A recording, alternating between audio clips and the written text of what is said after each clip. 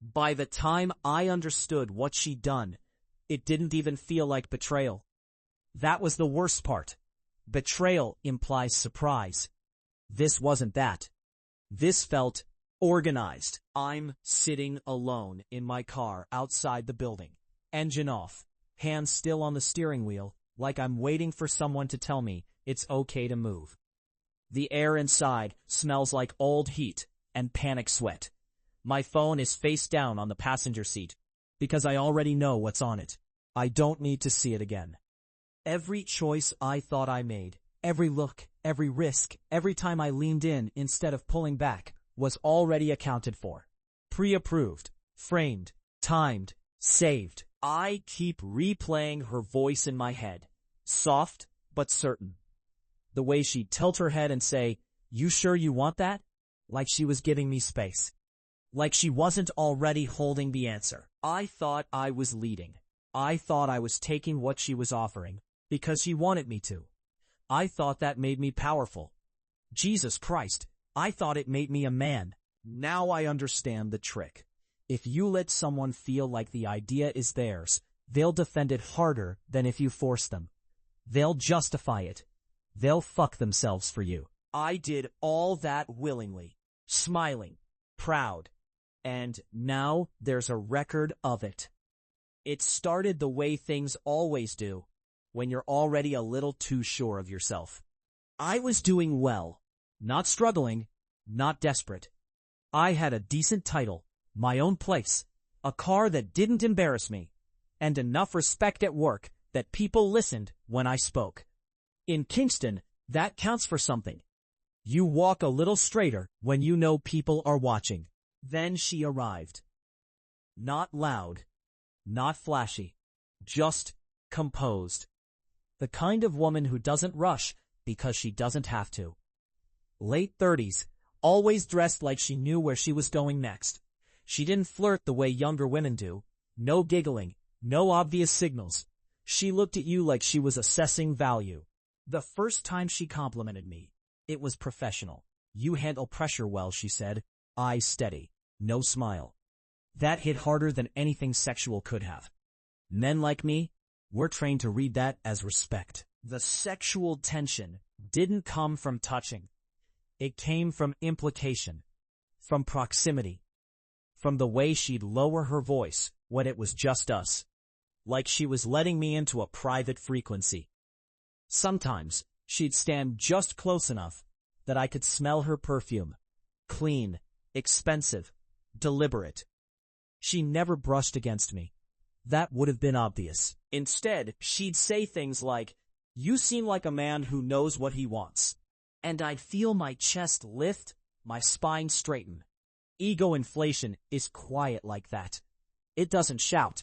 It whispers exactly what you already believe. The first boundary she tested wasn't sexual. It was time. She'd ask me to stay late, not because she needed help, but because she wanted company. "You don't mind, right?" she'd say. Always a question, always optional. I always said yes. That's important. I chose it. That's what I kept telling myself. No one twisted my arm. No one forced my hand. She just made the alternative. Saying no feel like weakness. One night, after most of the floor had cleared out, she leaned back in her chair and said, "You know, some men get uncomfortable when a woman's in charge." I laughed. Too fast. Not me. She smiled then, just a little, like she'd been waiting. From there, the sexual bargaining slid in without announcing itself. Not do this and I'll do that. But I trust you because you're strong. I feel safe because you're confident. I like when you take initiative. She framed desire as reward for leadership. If I made a call she liked, she'd linger longer when we talked. If I backed her in a meeting, she'd text me later. Nothing explicit, just enough to let me know she noticed.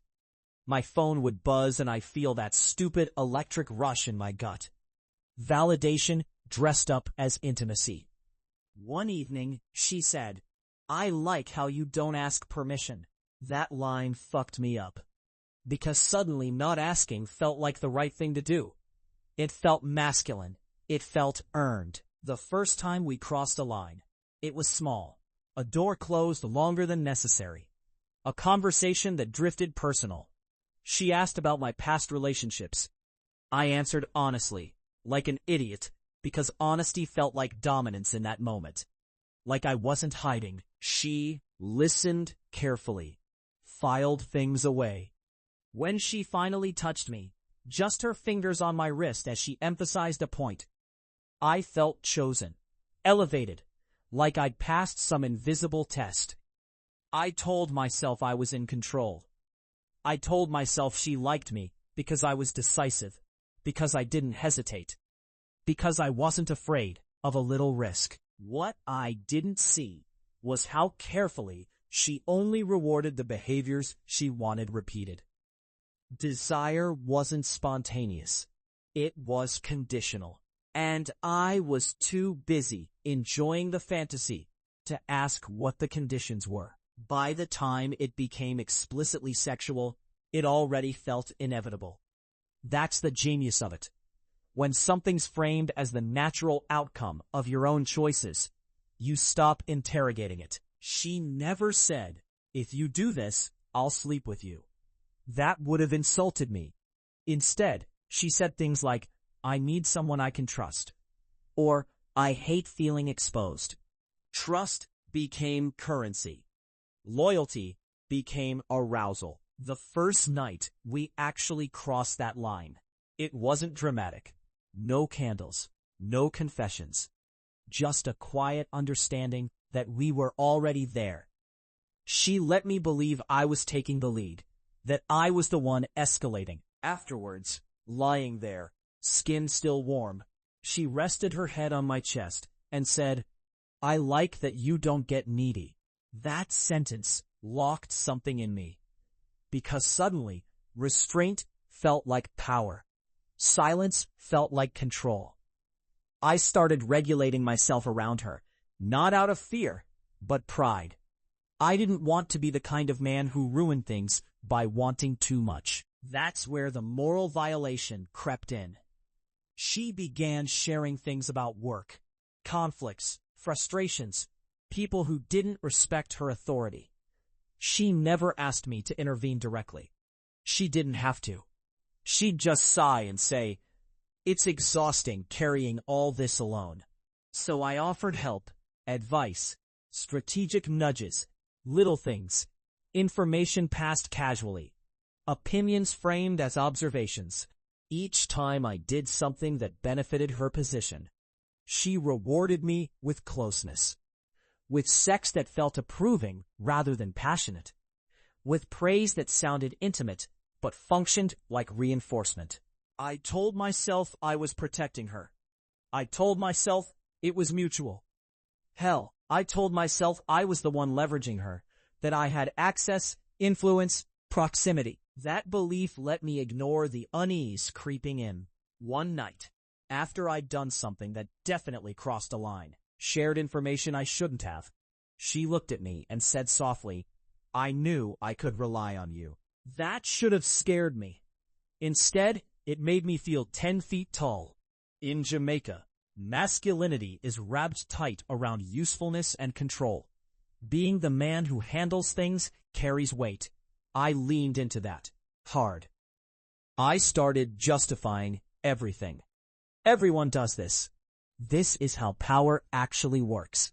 If I don't, someone else will. The profanity in my head got louder when doubt crept in. "Stop being a pussy. You're not some church boy. You wanted this." And she never contradicted me.